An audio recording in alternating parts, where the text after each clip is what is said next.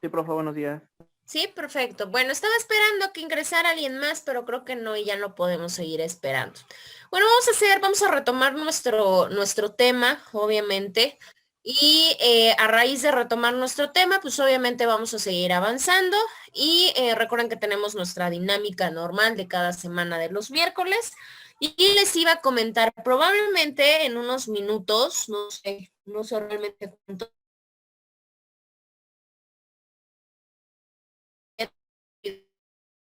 Entonces serían como 10 minutos para que no se desconecten ni nada. Pero todavía no sé, todavía no me confirman. De todos modos, y sí, ya yo les comento antes de, ¿sale? Bueno, en la clase pasada precisamente estábamos, de hecho tienen una tarea, ahorita la vamos a comentar. Espérenme, déjenme les proyecto de una vez es proyecto de una. Ahí está. Ok. Íbamos a hablar, o nuestra segunda unidad iba a comenzar hablando precisamente de los conceptos jurídicos fundamentales, que ya habíamos empezado a ver la unidad anterior, pero en este caso iban a ser los de carácter material. ¿Qué quiere decir? Pues obviamente los que como tal formulan el contenido permanente de nuestra propia norma jurídica. ¿Qué quiere decir? Pues que son constantes, son de uso constante. Ahora, de acuerdo a la distinción para nosotros poder diferenciarlos entre lo que son los conceptos jurídicos fundamentales, formales y materiales, pues es que precisamente los materiales ya están vinculados a cuestiones que obviamente podemos vivenciar, ¿no? La persona jurídica, la sociedad, la autoridad, la coerción, los fines y el deber de la justicia. La clase pasada comenzamos a hablar un poquito, le dimos la introductoria, pues obviamente a la cuestión de la persona jurídica, la conceptualización del Estado, la coacción, que nosotros también ya habíamos hablado un poquito de ella, y propiamente la cuestión de acción. Ahora, nuestro primer concepto que tenemos jurídico fundamental de carácter material es precisamente la parte de persona. En el caso del concepto de persona, bueno, pues ustedes dieron una lluvia de ideas en el cual precisamente pues aportaban que era una persona para ustedes. Obviamente lo vieron como una gama, obviamente una gama de sentimientos, de pensamientos, de emociones, etcétera. Decíamos nosotros que nosotros nos íbamos a vincular única y exclusivamente a lo que era la conceptualización, pero la conceptualización jurídica, o sea, que era una persona dentro del mundo del ámbito jurídico, porque pues básicamente con eso es con lo que nosotros vamos a trabajar. Decíamos que persona nosotros lo podíamos sobreentender propiamente a través de la cuestión de qué persona era aquel sujeto o aquel individuo o aquel humano que es capaz de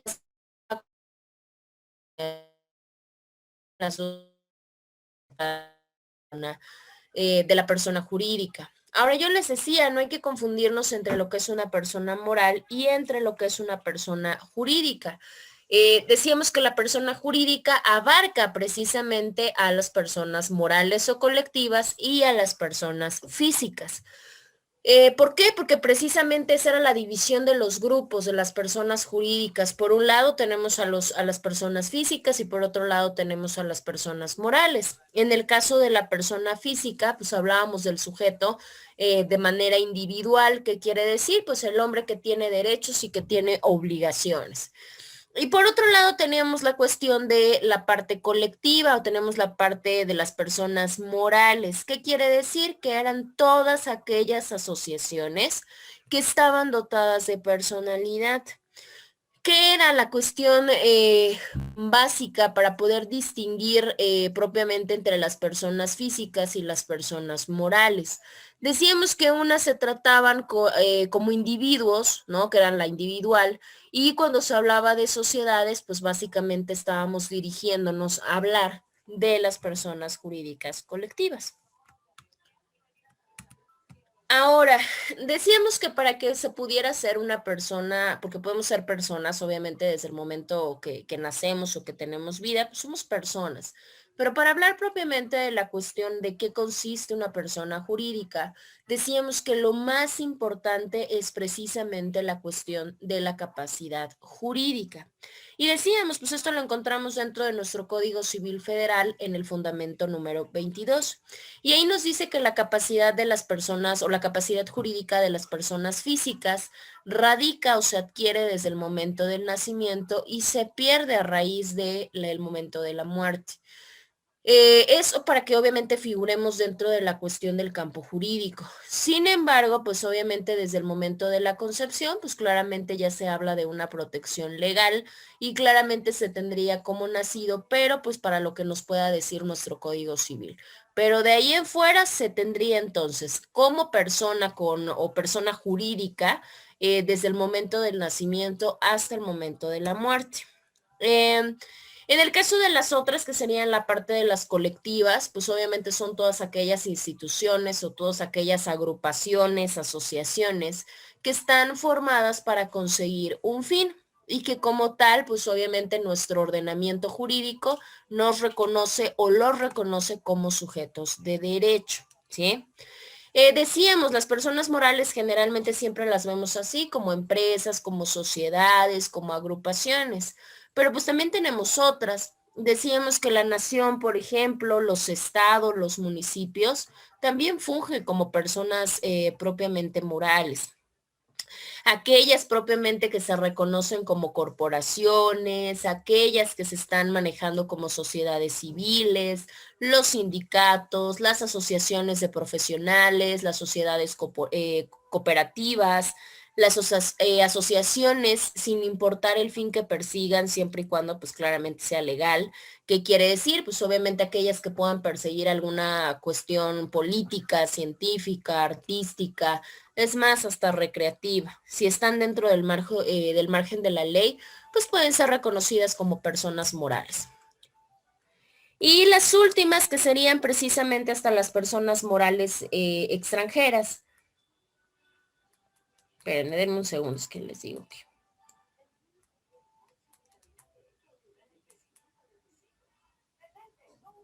Ok. Y les decía, claro, pues el hecho de que una persona venga a constituirse, o sea, una persona extranjera venga a constituirse en nuestro país, pues claramente también el Estado mexicano las tiene que reconocer como personas morales. Esto pues es completamente normal.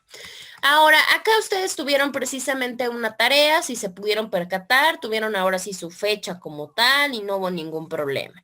No la he revisado, pues obviamente vence o vencía, si mal no recuerdo, el día de hoy a las 9 de la mañana.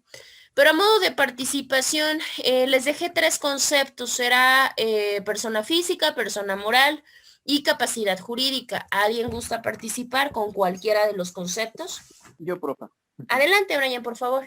Buenos días. Antes que nada, buenos días. Bueno, no sé, tal vez persona física. Bueno, yo lo busqué en una definición formal y una pues, como mía propia, ¿no? La Ok. formal es una persona física, puede ser un empleado, un profesionista o incluso un comerciante. Aquí van a representar como tal un individuo que tenga una actividad económica. Las Ok. personas físicas se pueden identificar por nombre y también tienen características exclusivas de una persona. Posee un cuerpo material y un estado civil, cualidades que no son identificables obviamente en una persona moral. Las personas físicas pueden contraer obligaciones a partir de que adquieren la mayoría de edad o cuando también comienzan a trabajar de forma, formalmente. Eh, Perfecto. Muy bien, Brian. ¿De quiénes fueron tus definiciones? bueno, una se llamaba, era de abogados, es que tenía el nombre de una abogada, no me acuerdo el nombre de la abogada, pero era Ok. como un blog personal de ella, ¿no? Segunda como clase y conceptos jurídicos. ¿Sí? Conceptos jurídicos. Perfecto. Muy bien, Brian. ¿Alguien más? Yo, yo, profe, Adelante, Jessica. ¿Jessica o Daniela? ¿Quién habló primero? yo, Daniela. Daniela, ¿verdad? Adelante. Bueno, yo quería decir lo de persona moral. Sí, adelante. Bueno, yo lo saqué igual de un video, eh, pero pues bueno, decía que estaba constituida por grupos o organizaciones pues de personas. y que es reconocida como una instancia unitaria. Ok, muy bien. Decía que era con capacidad para ejercer derechos y contraer obligaciones. No tienen existencia material o concierta. También dice que no existe como individuo, sino como institución. Claro, eso es muy importante, por supuesto. De hecho, por eso decíamos, ¿no? Obviamente hay una ficción porque al final de cuentas, pues la empresa no actúa como persona. O sea, cuando hablamos de una empresa, vamos a pensar, pues no es como hablar de una persona, por ejemplo, su compañera Jessica, ¿no? No es igual, obviamente funciona como esta parte colectiva, pero obviamente sí requiere un representante, que es el que claramente se va a hacer cargo de toda esta cuestión física. Muy bien, Daniela. ¿Alguien más? Yo, profesora. Adelante, Carla, contigo entonces acabamos. Bueno, yo les voy a decir el concepto de capacidad jurídica, que dice que es dentro de lo civil la aptitud de un individuo para asumir derechos y obligaciones por sí mismo, sin dependencia de una persona externa, y que para la RAE este término supone una cualidad esencial. Muy bien. ¿Nada más de eso o vas a decir de las otras? De las De otras. capacidad jurídica no es persona. Ok. No, persona. Sí, eso es muy interesante porque por supuesto el hecho si no se tiene capacidad jurídica no podríamos hablar de una persona jurídica. Por eso les decía, es una de las conceptualizaciones más importantes que nosotros podemos comentar. ¿Por qué? Porque muchas de las veces decimos, pero ¿cómo? Deja de ser, no, sigue siendo persona, o sea, eso claramente va a ser, pero la realidad es que ya no es una persona jurídica, ¿no? O sea, ya no tiene todos estos elementos que, bueno, podemos comentar más adelante. Muy bien, perfecto. Brian, Daniela y Carla, ¿verdad? Profesora, Dígame. ve que yo iba a participar, pero Adelante, Jessica. yo tengo una duda. Bueno, pues a mí me recomendaron un autor que es de Pina Vara Rafael Así es. y algo que me confundió mucho es que él toma como la persona moral o jurídica, o sea, tiene ambos nombres y en lo que usted nos está diciendo es que en la persona jurídico implica a la física y a la moral. Sí, de hecho ha habido una pugna entre los diferentes doctrinarios en cuanto a la parte de que si las personas colectivas y las personas jurídicas son las mismas.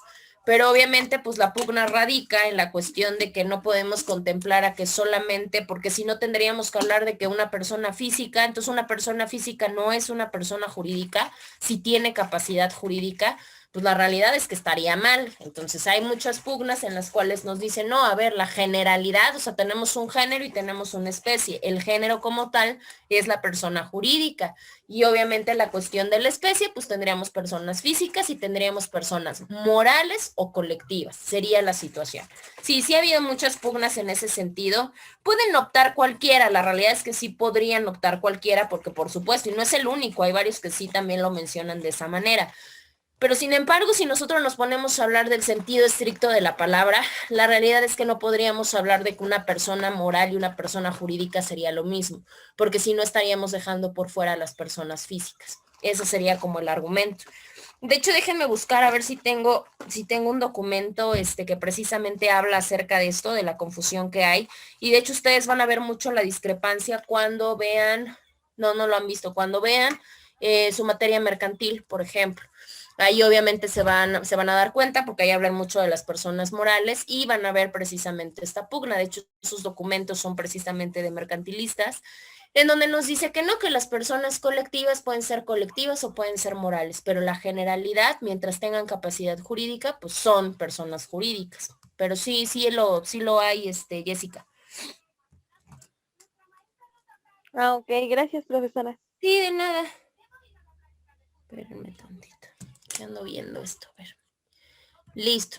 Bueno, entonces tenemos esta parte. Bueno, ya tenemos un poquito más sobreentendido lo que es una persona física, lo que es una persona moral y propiamente lo que es la capacidad jurídica. Pasa exactamente lo mismo, ¿no? Pues obviamente cuántas personas nos dicen o autores que defienden la parte pro vida y dicen que no, que la capacidad jurídica se tiene desde el momento de la concepción. Pues eso relativamente no es que sea verdadero o falso, no es que estemos de acuerdo o no, pero pues la ley pues no lo estipula como de esa manera, ¿no? Bueno, ahora vamos a pasar a nuestro siguiente concepto jurídico fundamental, que precisamente radica en la parte del Estado. En el caso del Estado tenemos una parte que nos dice que el Estado constituiría básicamente una persona de carácter jurídico, pero de carácter jurídico colectivo, ¿sí? ¿Qué quiere decir? Pues moral, y de hecho ya lo mencionamos en el listado. Y claramente pues tiene una singular importancia, porque la realidad es que obviamente es una de las actividades que tienen, o la actividad estatal es una de las que tiene mayor interés de carácter público, o sea, en general. Y con ello pues obviamente por eso se considera un concepto jurídico fundamental.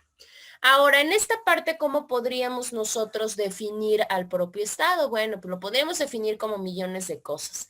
Entre ellas, pues podemos referirnos a él como una organización jurídica, porque claramente es lo que nos importa, más allá de hablar del Estado como una cuestión política. Nos importa la parte de organización jurídica de una sociedad.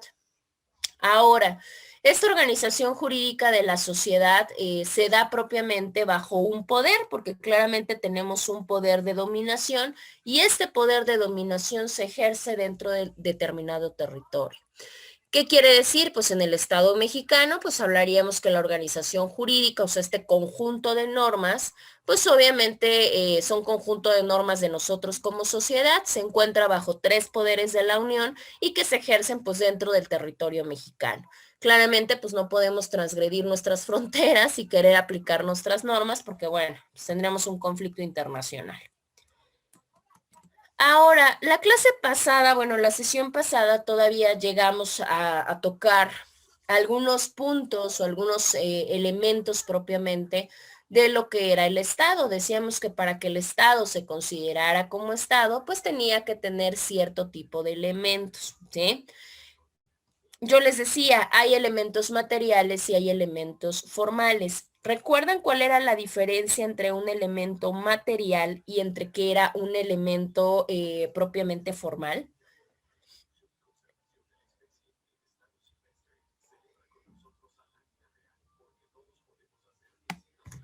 ¿Nos acordamos o no nos acordamos?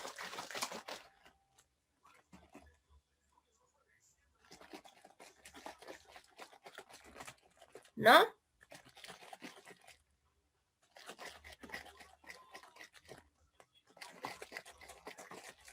Bueno, lo vamos a volver a comentar porque realmente es importante y claramente pues es materia, ¿no?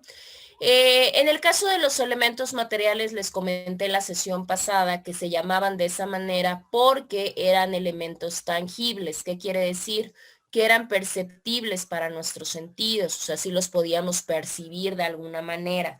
En el caso de los elementos formales, no, los elementos formales tienen la característica de que son ficciones o son cuestiones intangibles. Yo les mencionaba, por ejemplo, la cuestión de una soberanía, la cuestión de un poder. Nosotros no podemos tocar a la soberanía, no podemos visualizarla propiamente con nuestros sentidos, porque son ficciones jurídicas. Sin embargo, si nosotros hablamos de una cuestión material que sí es tangible, pues un territorio, por supuesto que el territorio lo pisamos, el territorio obviamente y lo vemos porque está conformado. Una población, pues por supuesto que podemos ver a los demás habitantes de las diferentes entidades federativas del país. Claro que se puede. Esa es la diferenciación entre un elemento material y un elemento formal.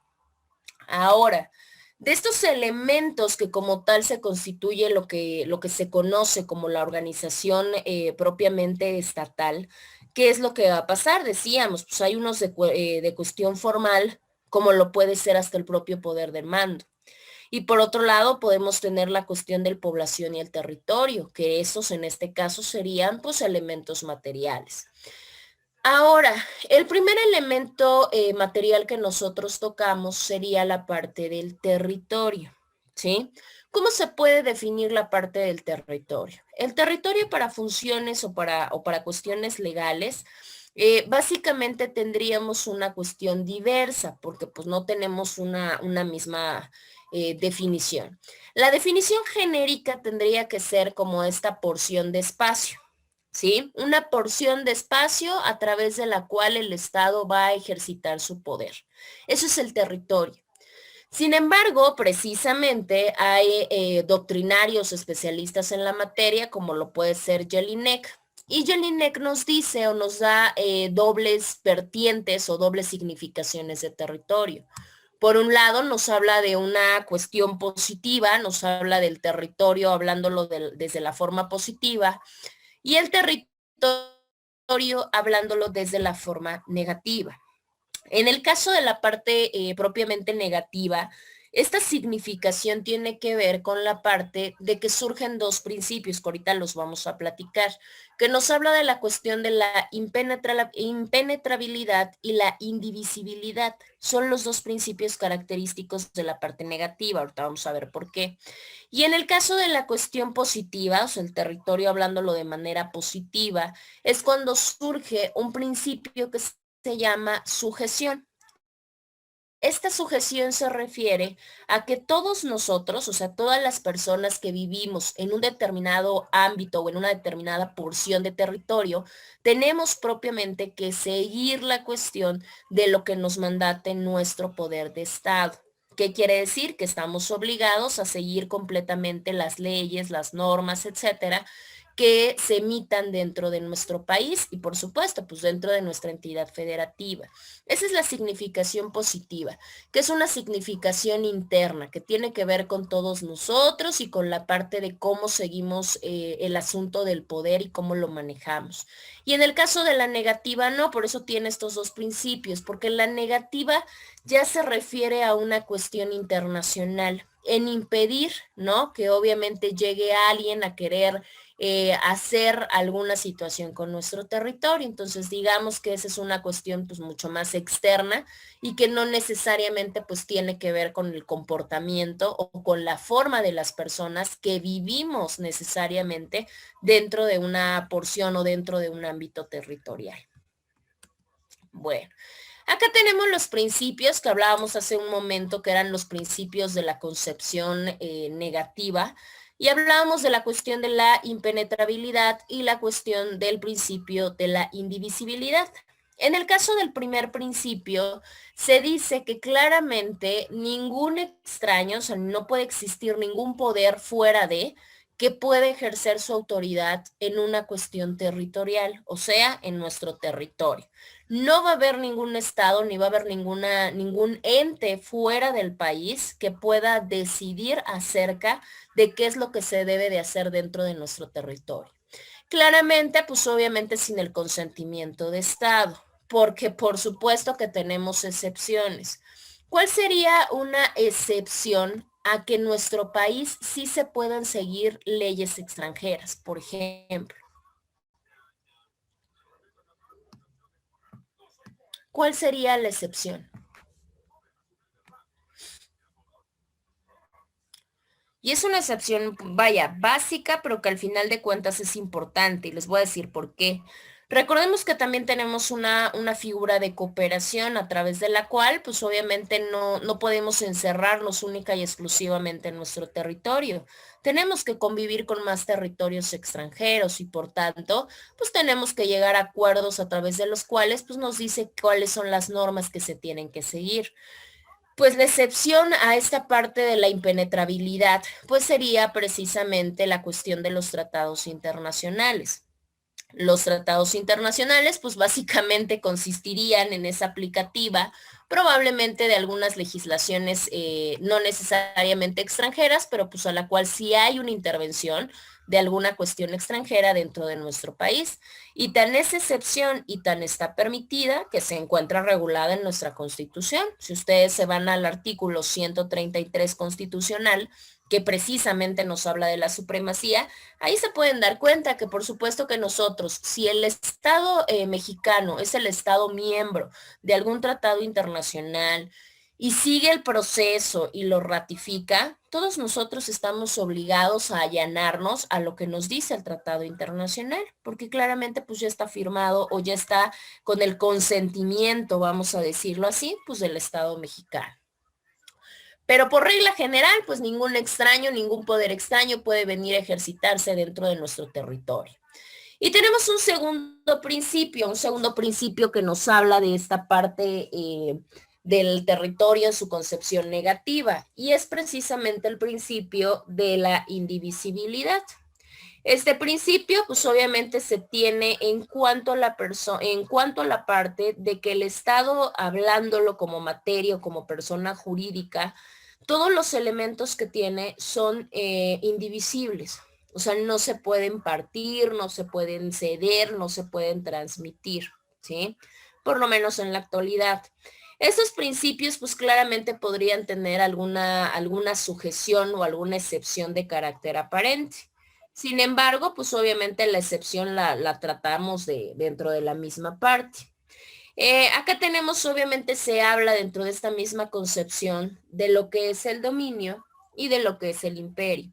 El dominio pues tiene que ver con esta parte desde la antigüedad, como una cuestión de poder jurídico, un poder jurídico que se tiene sobre una cosa. Y el caso del imperio no, el imperio como tal es más allegado a una parte de potestad, algo de mando que como tal se tiene que ejercer sobre las personas. Entonces, el dominio se ejerce sobre las cosas y el imperio se ejerce sobre las personas. Y estas dos características pues claramente vienen dentro de la concepción negativa del territorio. ¿Qué quiere decir? Que claramente si yo me encuentro como persona dentro de un territorio, pues estoy obligada o soy obligada a tener que cumplimentar lo que la ley me marca. Por eso se dice que claro que hay una relación de suprasubordinación. ¿Qué quiere decir? Que nosotros estamos subordinados al poder del Estado. A ver, espérenme tantito.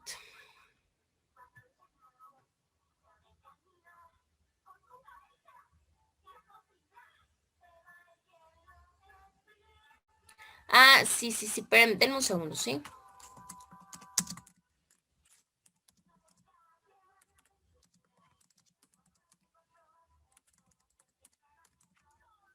Ok, bueno, entonces continuamos. Les decía que acá teníamos una problemática o tenemos una situación complicada en cuanto a qué parte, pues obviamente en cuanto a la parte del control, porque la realidad es que nos guste o no, si tenemos esta sujeción, o sea, si somos subordinados.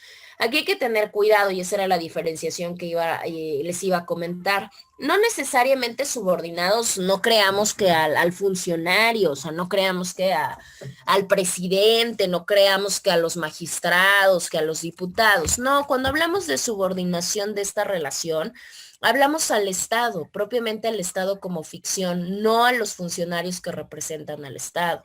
Porque si lo veríamos así, bueno, no, sí tendríamos como una problemática un poquito compleja. Ay, bueno. Entonces, pues obviamente esas serían las dos cosas. Es importante nada más que recordemos eso en cuanto a la parte del dominio y en cuanto a la parte del imperio, porque muchas de las veces también se utilizan como sinónimos o se utiliza la cuestión de dominio como una parte de dominar a las personas. Y pues no, la realidad es que lo que se domina son las cosas. Ahora, por lo menos para la cuestión jurídica en cuanto al tema que estamos hablando, claramente. Ahora, esto en cuanto a la parte del territorio. Tenemos un segundo elemento material de territorio que es precisamente la parte de la población.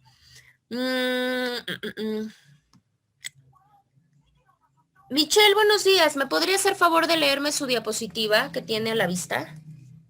Sí, profa. La población Gracias. se integra con los hombres que pertenecen a un estado. En este sentido, García Maínez hace la distinción de considerarla a la población en su doble aspecto, de objeto de la actividad estatal o de sujeto de la actividad estatal. En el primer caso se le llama súbdito y en el segundo ciudadano. Perfecto.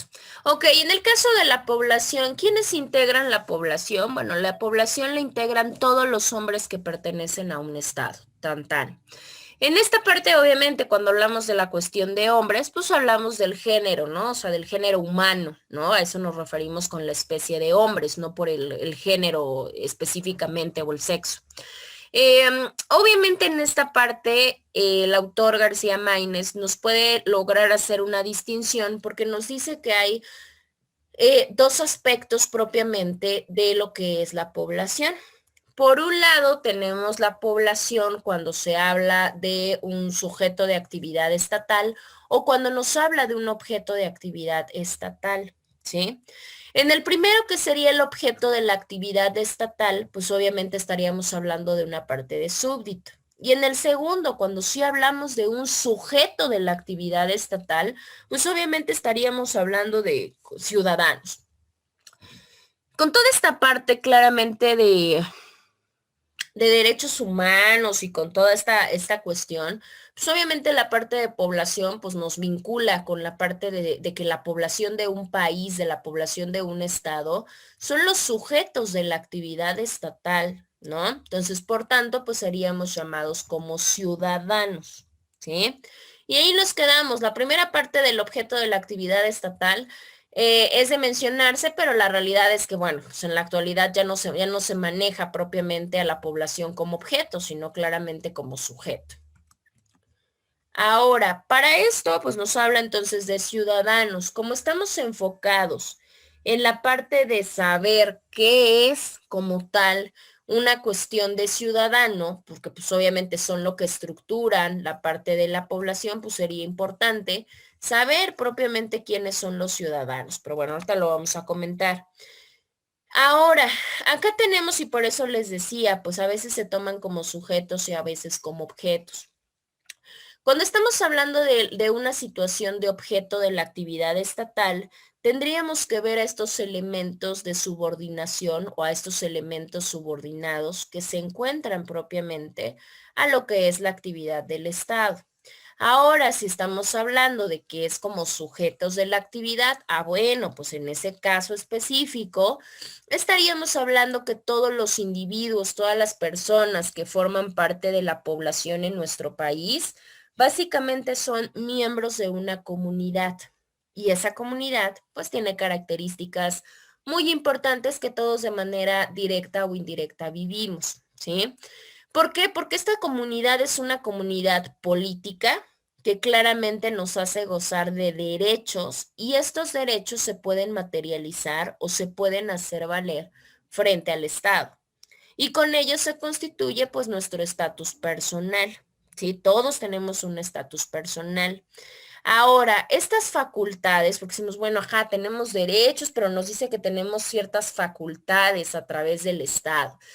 ¿Cuáles son estas tres facultades que propiamente tenemos los individuos como miembros de la comunidad política organizada, o sea, como miembros propiamente de esta parte de la población del Estado?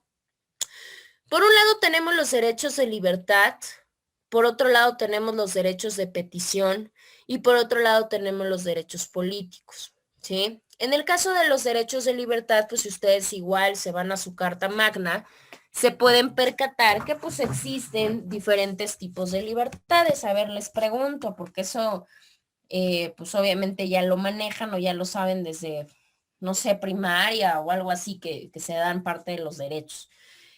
¿Qué tipo de libertades tenemos en México o qué tipo de libertades tienen ustedes en nuestro país que les otorga la Constitución?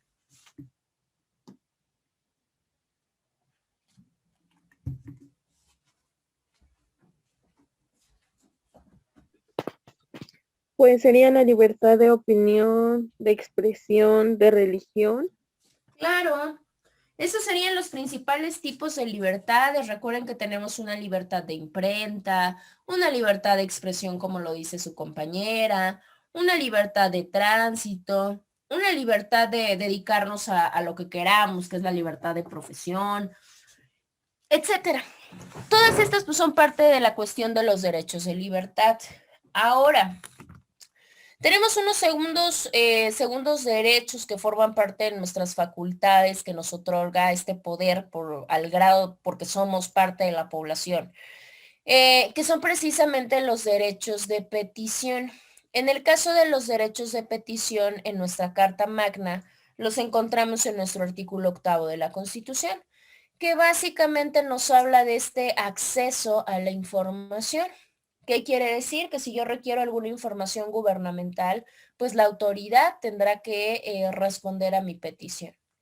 Y tenemos los últimos, que precisamente son los derechos políticos.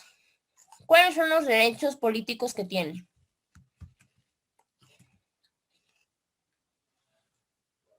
Derecho a voto podría ser uno.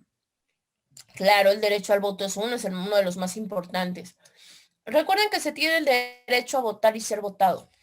Obviamente el derecho a votar, pues es esta parte de elección, pero también tenemos el derecho a ser votado. Si yo reúno los requisitos necesarios, pues claramente puedo someterme a algún puesto de elección popular. Ok, esta la voy a aperturar, espérenme tantito. Porque si no, no se ve. Aquí está. Ok. Ahora, en esta parte, pues obviamente ya nos dijo que obviamente qué es la población, qué facultades tenemos como existirían todas aquellas personas que pertenecen al Estado. Pero ¿cuál es la manera en que yo puedo pertenecer al Estado, en este caso al Estado mexicano? Ah, bueno, pues para eso tendríamos que hablar propiamente de lo que es la nacionalidad y con ello pues hablar un poco de lo que son los nacionales y de lo que son los extranjeros.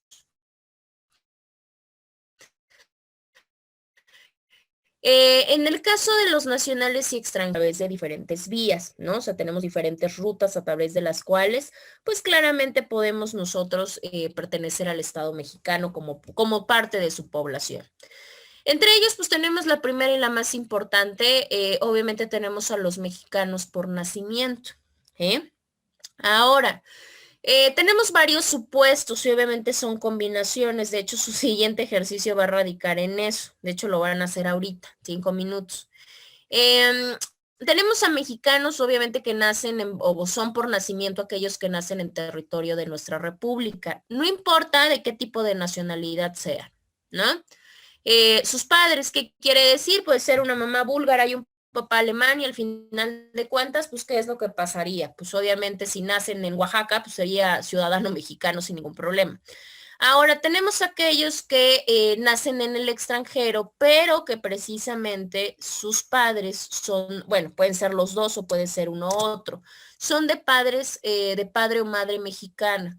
No importa si obviamente tenemos un papá o un papá oaxaqueño, una mamá alemana y nace en Alemania, de todos modos por la nacionalidad del padre, pues obviamente se toma a que es mexicano por nacimiento.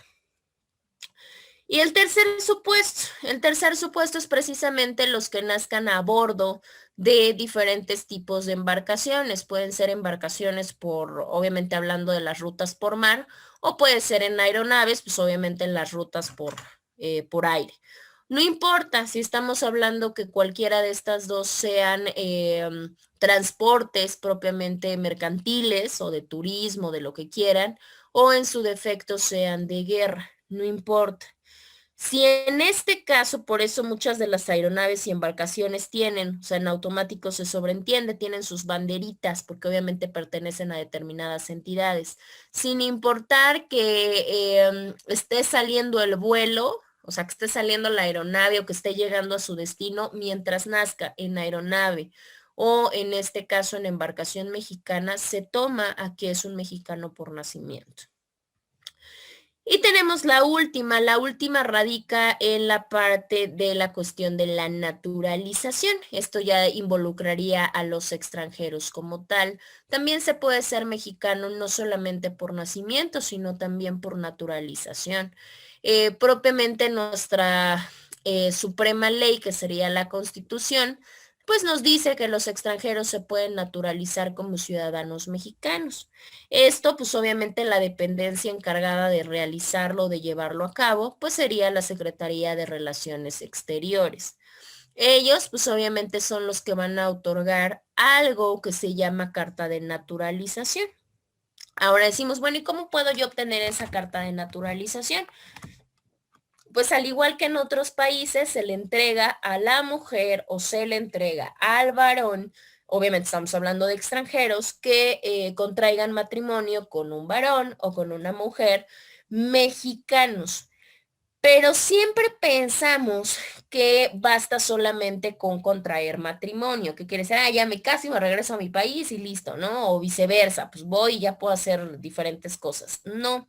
Una de las cuestiones primarias y primordiales es que precisamente se tenga un domicilio establecido dentro de territorio nacional para que pues obviamente se constate propiamente la cuestión de que la persona pues está viviendo y se encuentra radicando dentro de nuestro país.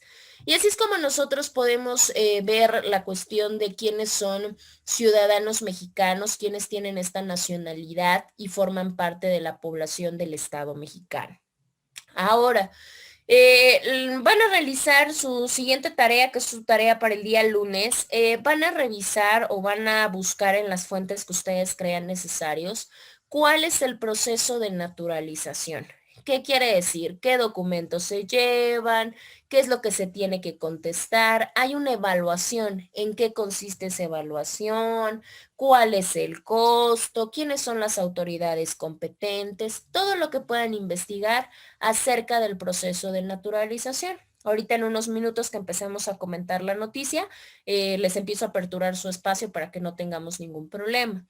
La fecha de entrega, bueno, la fecha de entrega obviamente quedaría para el siguiente lunes. Obviamente sería el lunes a las 9:30 de la mañana.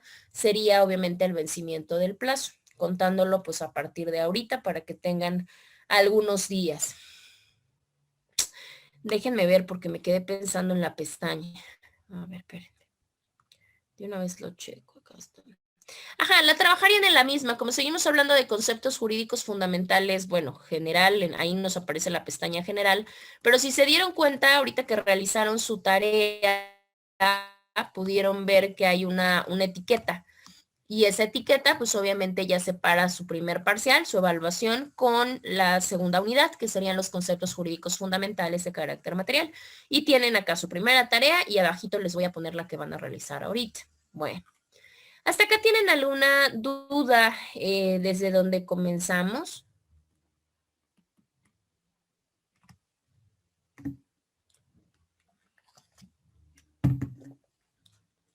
¿Tienen duda, pregunta antes de seguir avanzando?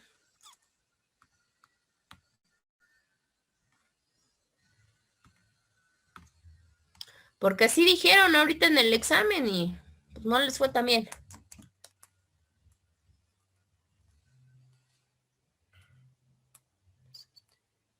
Ay, Dios. Bueno, entonces sobreentendemos que no tenemos dudas y que no tenemos preguntas. Bueno, vamos a seguir avanzando entonces. Ahora, tenemos dos mecanismos o tenemos dos vías que se conocen como sistemas para poder adquirir la nacionalidad y estas son muy importantes. Recuerden que a partir de conceptos jurídicos fundamentales de carácter material inicia su segunda unidad.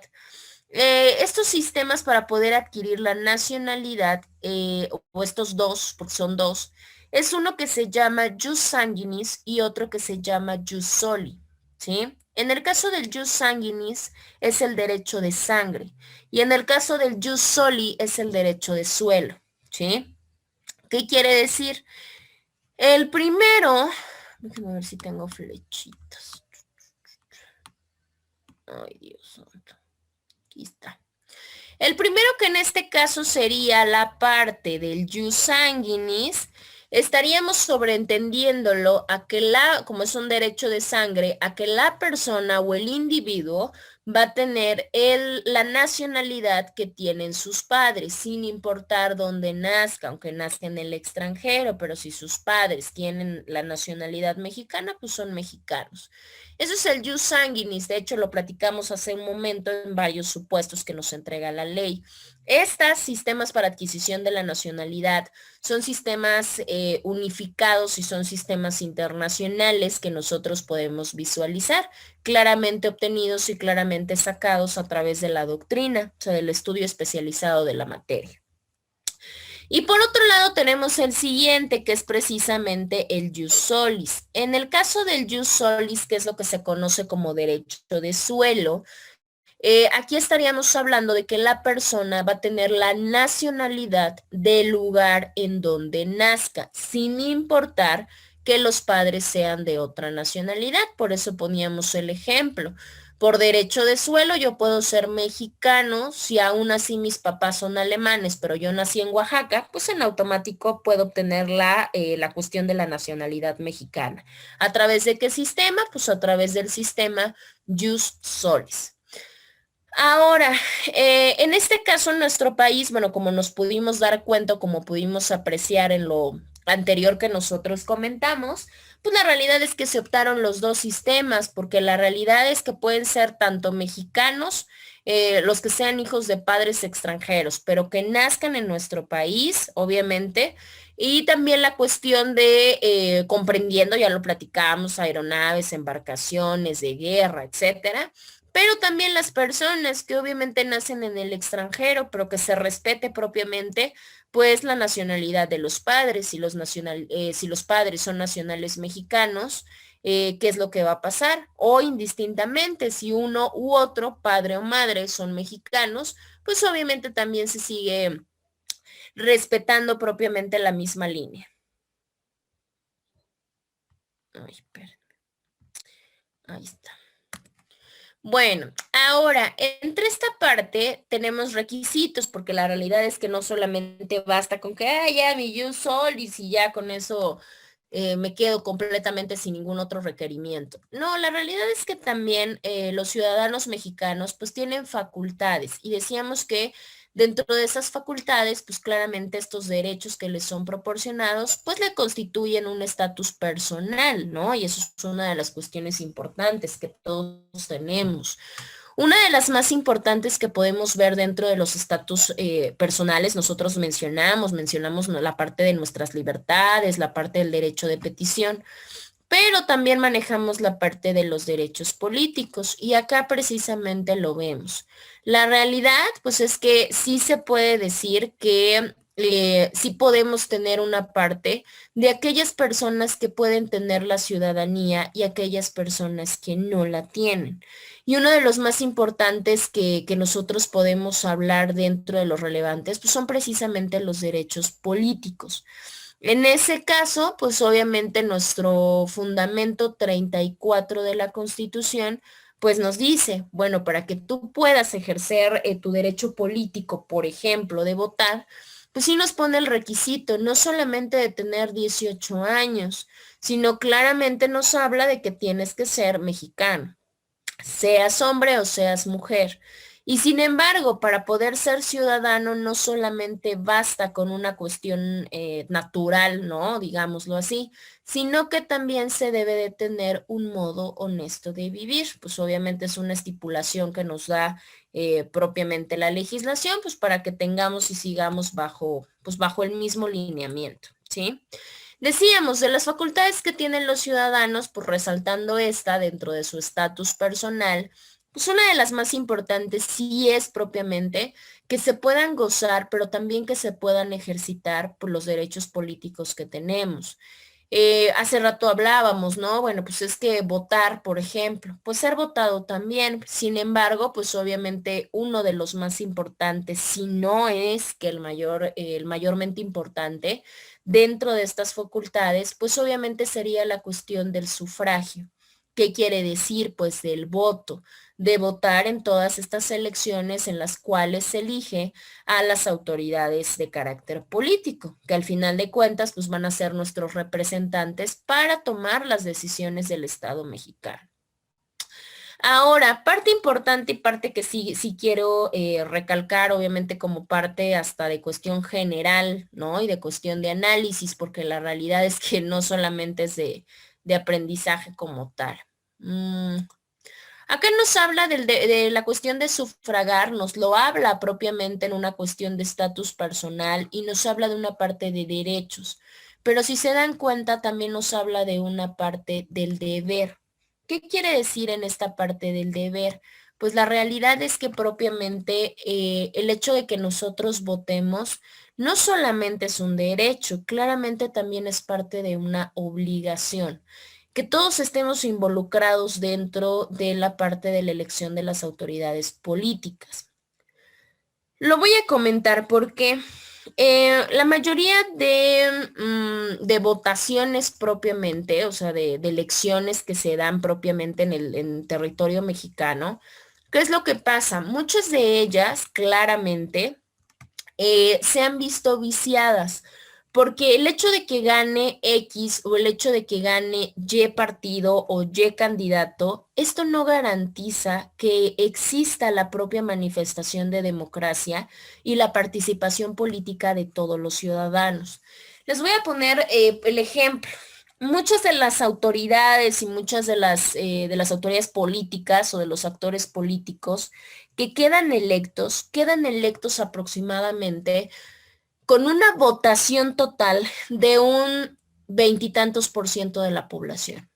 ¿Qué quiere decir? Hablamos de un 28% que son los ciudadanos que votan, pero de ese 28% probablemente hubo ¿qué les digo? Un 18% del que obtuvo la mayoría de votos y por tanto, a ser mayoría, pues obviamente se queda como persona electa o candidato electo. Estamos hablando del 18% de un 100% de ciudadanos que pueden o tienen la situación de votar. Pero sin embargo, pues obviamente no votó el 100, nada más votó el 28. Y entonces de ese 28, pues se obtuvo la mayoría.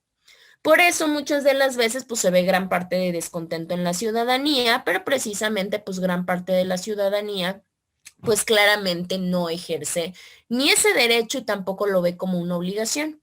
Y eso es una problemática, por eso la última elección federal tuvo, digamos que gran parte de reconocimiento en materia política, porque la realidad es que ellos sí tuvieron, si no una mayoría porcentual, pero se dice que sí, que realmente Movimiento de Regeneración Nacional a nivel federal obtuvo un 48%, si mal no recuerdo, de votantes, o sea, que realmente hubo una participación de la ciudadanía de un 48%.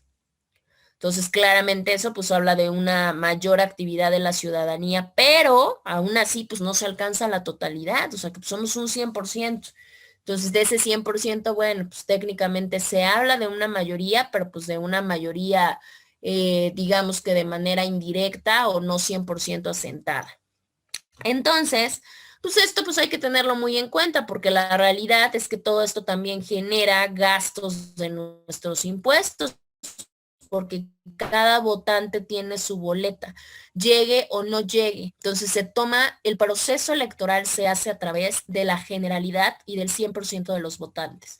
¿Qué quiere decir? Que se otorga toda la materia prima y todo lo necesario para atender a ese 100% de votantes. Entonces imagínense, si de ese 100% de votantes no llegan, solamente llega un veintitantos, pues claramente todo lo demás pues es cuestión que se desecha.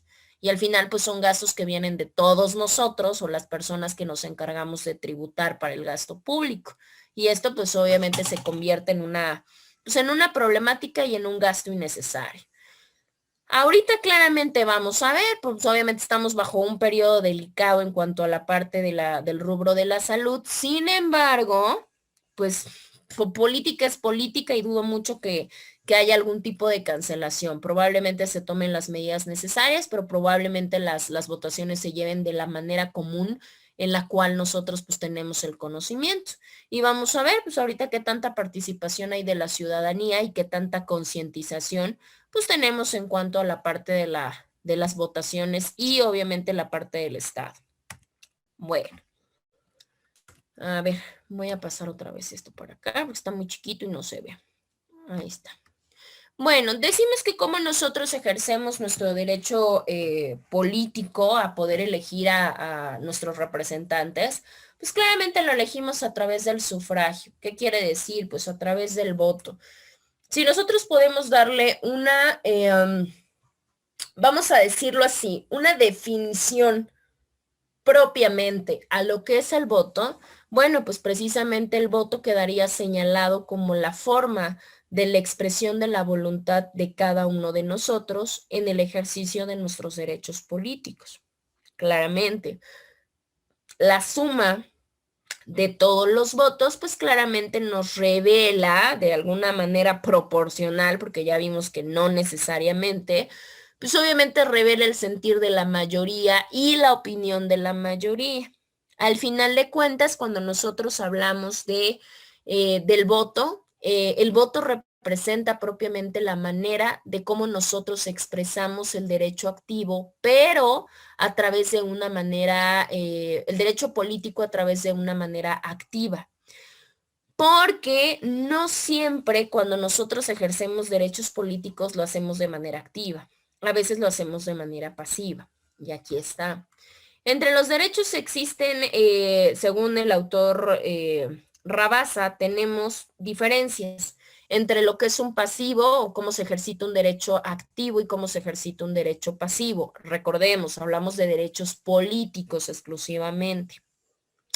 Por un lado tenemos los activos, los derechos activos que pueden ser, por ejemplo, el derecho de asociación.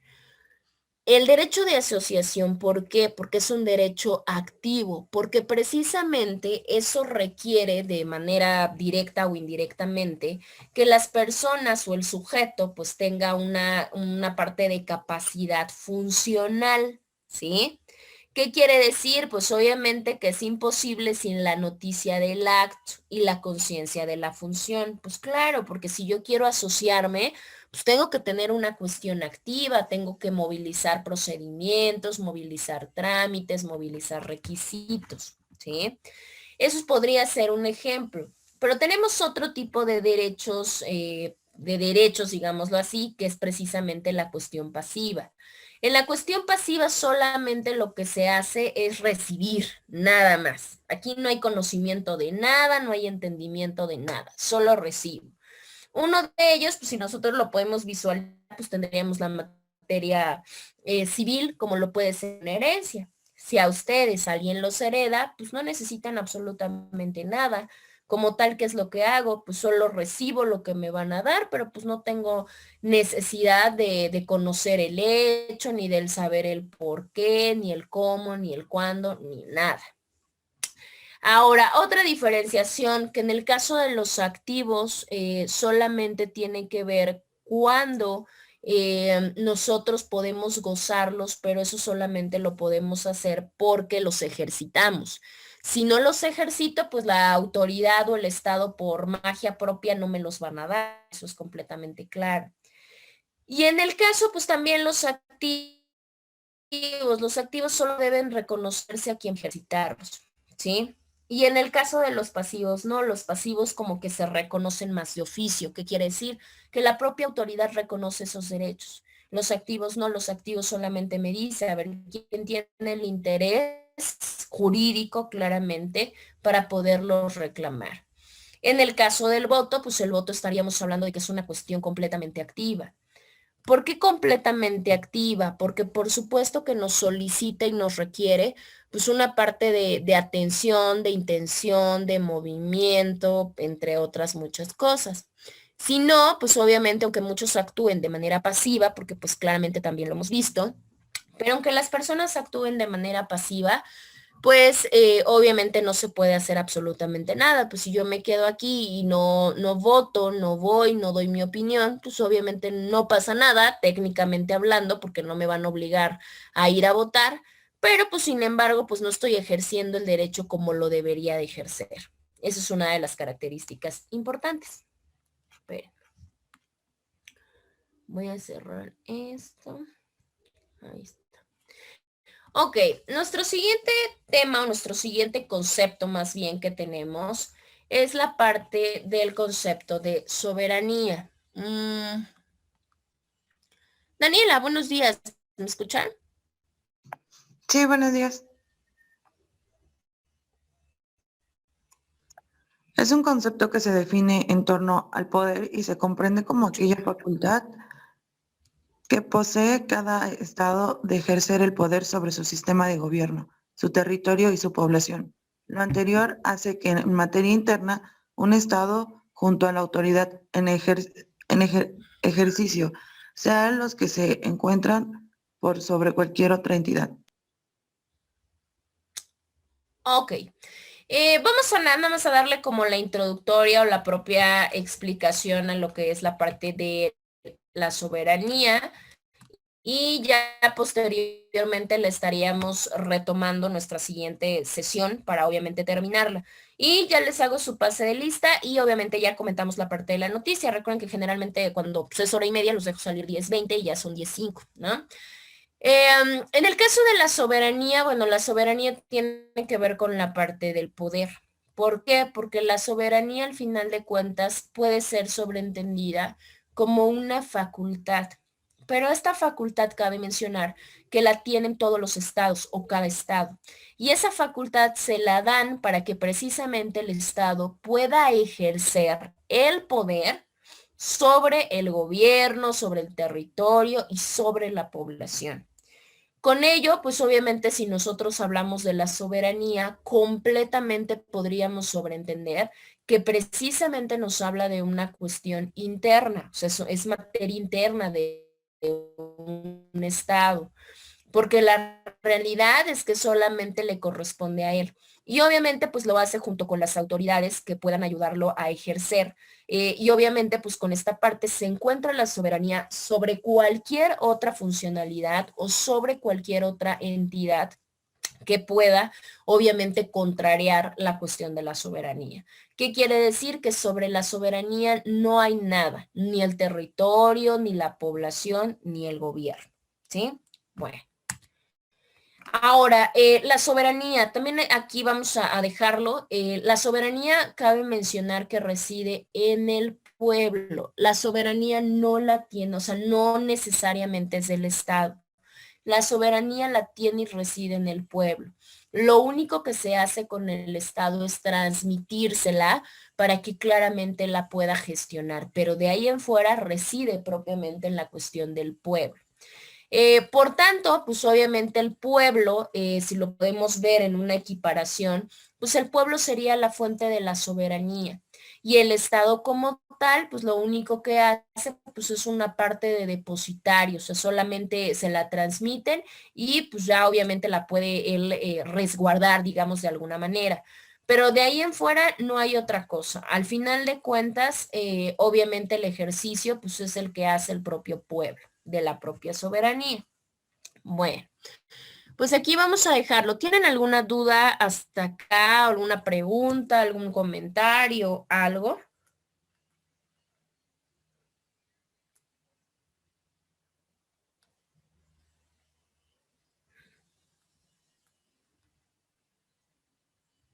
¿No?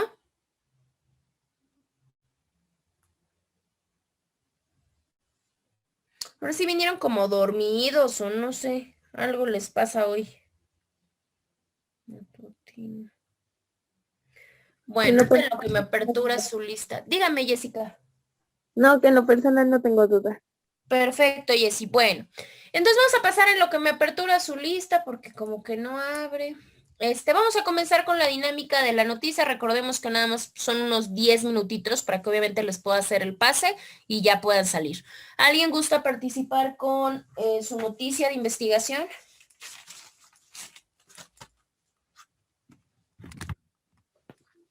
Yo, profe. Adelante, Jessy. Bueno, pues mi noticia no es nueva, la verdad. Nos habla de la importancia del testamento, aunque la están volviendo como a reactivar, porque nos dice que con todo esto del COVID, pues es muy importante que lo hagan. Si de por sí es importante, ahora es más importante, ya que ellos deben hacer la conciencia y promover la cultura de hacer su testamento, ya que en el caso de que fallezca algún familiar, le va a dejar muchos problemas como a la familia, ya que se empiezan como a pelear por la herencia. Y dice que así evitará que la familia tenga gastos económicos y una pérdida de tiempo. También evita que haya personas que consideren tener derecho a recibir parte de la herencia aunque no les corresponda, y que evita que el fallecido quede intestado y por lo siguiente el juez o notario público que conozca el asunto determine de acuerdo a la ley quiénes serán declarados como herederos y albacea de los bienes. Y él decide libremente a quién le convenga dar diferentes tipos de sus bienes. Claro, sí, muy interesante. Digo, desgraciadamente, ¿no? Porque pues creo que nadie que se enferme tendría como la cuestión, ¿no? De bueno, pues ya lo dejo porque pues si me muero, pues ya saben perfectamente qué hacer. Suena cruel, pero pues digo, si lo vemos de una manera, pues digamos que fría y lo vemos de una manera profesional, pues por supuesto que tenemos que hacerlo, obviamente como un mecanismo preventivo, porque imagínense si de por sí, pues la pérdida de un familiar es complicada, es dolorosa, es más, es cara, pues obviamente, ¿qué es lo que pasa si encima de todo, pues se quedan con alguna problemática de carácter jurídico y que al rato tengan que estarse preocupando por ese tipo de cosas? Por supuesto, se han metido mucho esta parte de la cultura en cuanto a precisamente la parte del testamento, de que se gestionen. Recuerden que tenemos un mes al año en el cual los notarios hacen esta promocional para que se pueda obviamente testar, pero pues todavía nos falta y ahorita pues digo, no sé qué tanto, la verdad desconozco, no sé si hay cifras específicas donde nos digan cuántas personas han fallecido y pues que han dejado problemas hereditarios, ¿no? Yo creo que aquí el indicado, los indicados, pues serían los notarios, pero pues sí está muy interesante Jessy. ¿Alguien más? Adelante, Carla. Bueno, mi noticia habla de que van a proponer crear la Ley Federal de Protección al Usuario Digital. El diputado Javier Hidalgo Ponce de Morena presentó la iniciativa para expedir la Ley Federal de Protección al Usuario Digital, así para reformar la Ley Federal de Telecomunicaciones y Radiodifusión, la Ley Federal de Datos Personales en posesión de particulares y la Ley Federal de Protección al consumidor. La iniciativa mencionó al legislador buscar garantizar esencialmente el derecho a la libertad de expresión, información y privacidad, además de posibilitar la herramienta de portabilidad para facilitar que toda información de un usuario creado en una plataforma pueda ser trasladada a otra plataforma, propiciando la protección de información que los usuarios generan. Y también señaló que el avance tecnológico y la irrupción de cambios en el mundo digital y la inteligencia artificial generan grandes vacíos a las regularizaciones de todo el planeta, desprotegiendo a las personas y a sus derechos. Perfecto. ¿Y qué opinas tú de eso, Carla? Pues que está perfecto porque pues en sí no existía pues una ley que nos protegiera a nosotros los usuarios digitales y pues cualquiera se podía robar. Claro. Sí, la realidad es que es cierto. Sí, es muy útil. Y digo, ya, yo creo que ya Así como hasta han se pasado habían en varias. tardado, ¿no?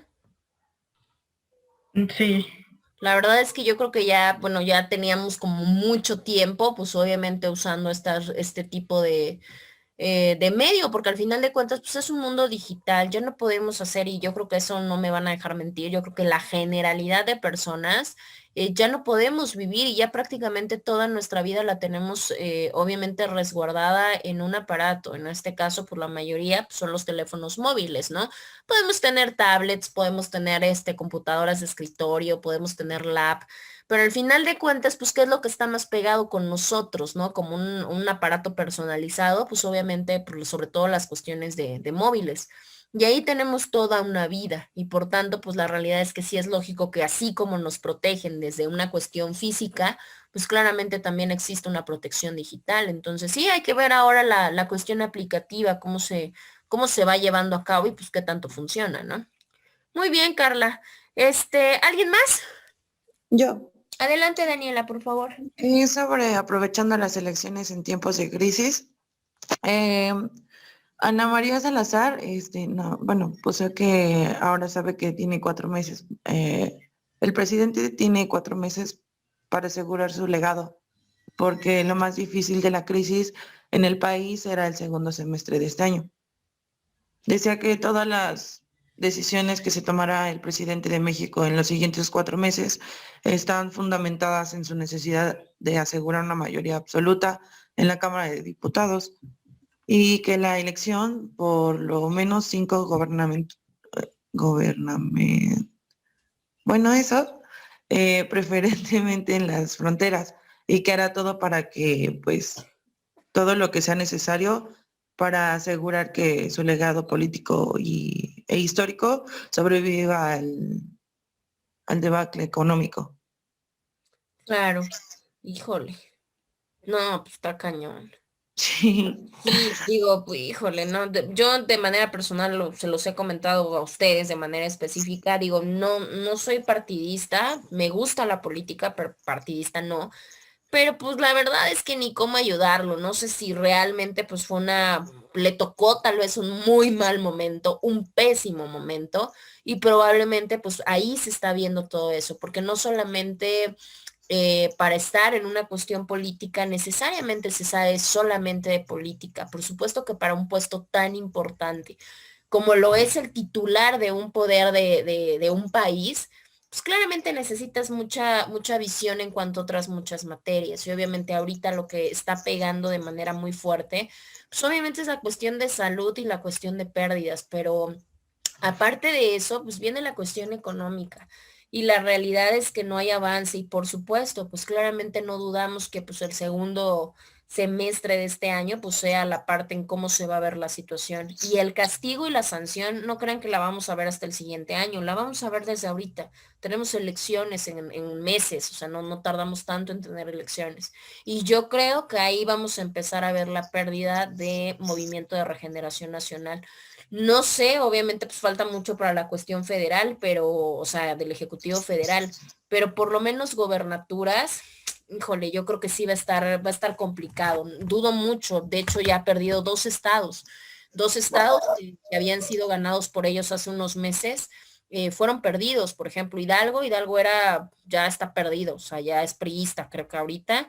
El otro no me acuerdo, pero también fue perdido. O sea, estaba Movimiento de Regeneración y ahorita ya está no sé quién, no me pregunten, pero ya hay otro partido.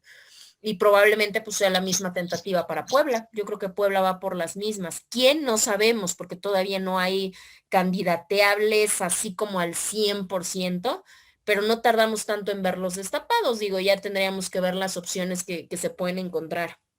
Pero para volver a dar el voto de confianza ciegas que se dio para este partido en estas elecciones para gobernatura y presidencia municipal en Puebla, yo honestamente no creo que pase. Digo, ahorita pues tendríamos que ver, pero sí va a estar feo. Por eso hay que tener mucho cuidado con nuestras finanzas, muchachos, nuestro dinerito. sí, incluso también leí que pues el problema fundamental que tiene Andrés Manuel es que pues el problema de la visión para México no tiene viabilidad y que pues tampoco incluye no cambiar la estrategia para enfrentar pues la situación en la que ahorita estamos pasando. Claro, pues es que pensamos, ¿no? O sea, pensamos que, o él pensó, yo creo, o la gente que lo rodea pensó, porque no es trabajo de una sola persona. Pues que obviamente con la parte política y la parte de simpatía que podría tener, obviamente, con las personas, bastaba, ¿no? Y bastaba tal vez hasta la parte de sectores, ¿no? De apoyar a diferentes sectores y que con eso pues estábamos del otro lado. Pero pues no contaba con toda esta situación que se iba a avecinar y que claramente va a pegar mucho más fuerte. Aquí es una estrategia global, o sea, y es una estrategia nacional porque no solamente depende ni de una cuestión política ni de un titular nada más, son titular de un ejecutivo, o sea, depende de muchísima gente, o sea, depende del Congreso, depende en este caso del titular del ejecutivo, depende de los secretarios de Estado, depende de los empresarios, depende de la sociedad, depende de todos. O sea, para que esto se pueda levantar, si no conseguir un desarrollo, y era lo que platicaba con unos estudiantes de otra institución que llevan, bueno, les doy derecho financiero, se hacía la plática de esto, o sea, para que no estamos hablando de un desarrollo, porque claramente este año para México no va, así como para muchas naciones, no va a haber un desarrollo, pero mínimo para que se pueda hablar de que se frene, o sea, se frene ya este declive que tiene nuestro país, se necesita el trabajo de muchos sectores, o sea, muchísimos. Y la realidad es que pues si nosotros nos ponemos a ver, pues está complicado, porque pues se necesita una intervención de Secretaría de Hacienda y Crédito Público, del Servicio de Administración Tributaria, del Banco de México, de la Comisión Nacional Bancaria y de Valores. Se necesita que toda la estructura del sistema financiero pues obviamente esté sólida y que claramente pues pueda dar paso. Pero ellos no pueden hacer nada si no tienen la cuestión económica. Y eso es una de las partes importantes, que no sabemos el poder que tenemos. porque todas estas instituciones rodean el dinero, lo vinculan, lo circulan, lo gestionan, pero a través de todas las aportaciones que damos nosotros. ¿Y cuáles son las aportaciones? Generalmente contribuciones e impuestos. Y ahorita pues está bien canijo estar con esta parte de contribuciones e impuestos. Muchas empresas los han dejado de pagar. Muchas personas físicas han dejado de pagar impuestos porque no tienen sus comercios, sus empresas, sus industrias abiertas o cerraron mucho tiempo, o muchas personas físicas perdieron trabajo. Entonces, obviamente, ¿qué es lo que tenemos? Pues tenemos que movilizar el dinero y por eso se decía, pues una de las personas que tengan esta situación de economía, no porque nos pongamos a despilfarrar, pero si se tiene una cuestión de economía recurrente, pues se trata de movilizar, porque ¿qué es lo que pasa? Pues si yo no gano, pues no gasto, y si no gasto, esa persona a la que le iba a comprar no va a gastar, y es una cadena, y por eso estamos ahorita en un stand-by, por decirlo de alguna manera. Pero bueno, pues ahorita tendremos que ver entonces el siguiente año, hay que tener mucha educación financiera y pues obviamente tener esta parte pues de preparación y de conciencia, porque si no, vamos a llorar el siguiente año, van a ver. Pero bueno, pues muy bien. Entonces acá lo vamos a dejar, hago el recuento. Tengo participación de Brian, tengo 2 participaciones de Daniela, 2 de Carla y 2 de Jessica. ¿Sale? Ahora sí, déjenme buscar su lista porque no me abría, no sé por qué. Si no, se las voy a tener que abrir, la voy a tener que abrir acá, espérenme.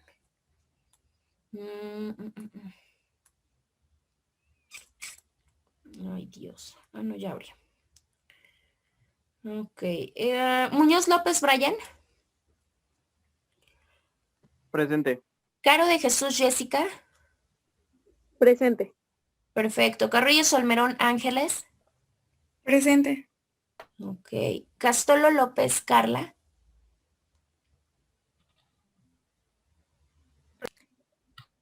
Ahí está Carla, sí. Ok. Fernández Cuauhtencos, Daniela. Daniela, me suena, no. Jiménez Domínguez, Eladio. Eladio tampoco entró, ¿va? López Sánchez, Clara.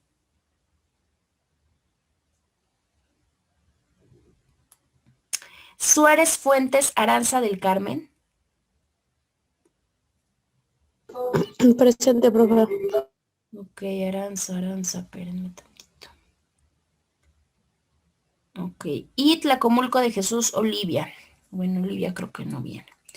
Perfecto, bueno, pues entonces, si no tenemos ninguna duda ni ninguna pregunta, ya les aperturé su espacio para que realicen su tarea y pues ya nos estaríamos escuchando la siguiente semana. Cuídense mucho y que tengan bonito día y bueno, bonito fin de semana porque yo ya no los escucho. Hasta la siguiente, ¿sale?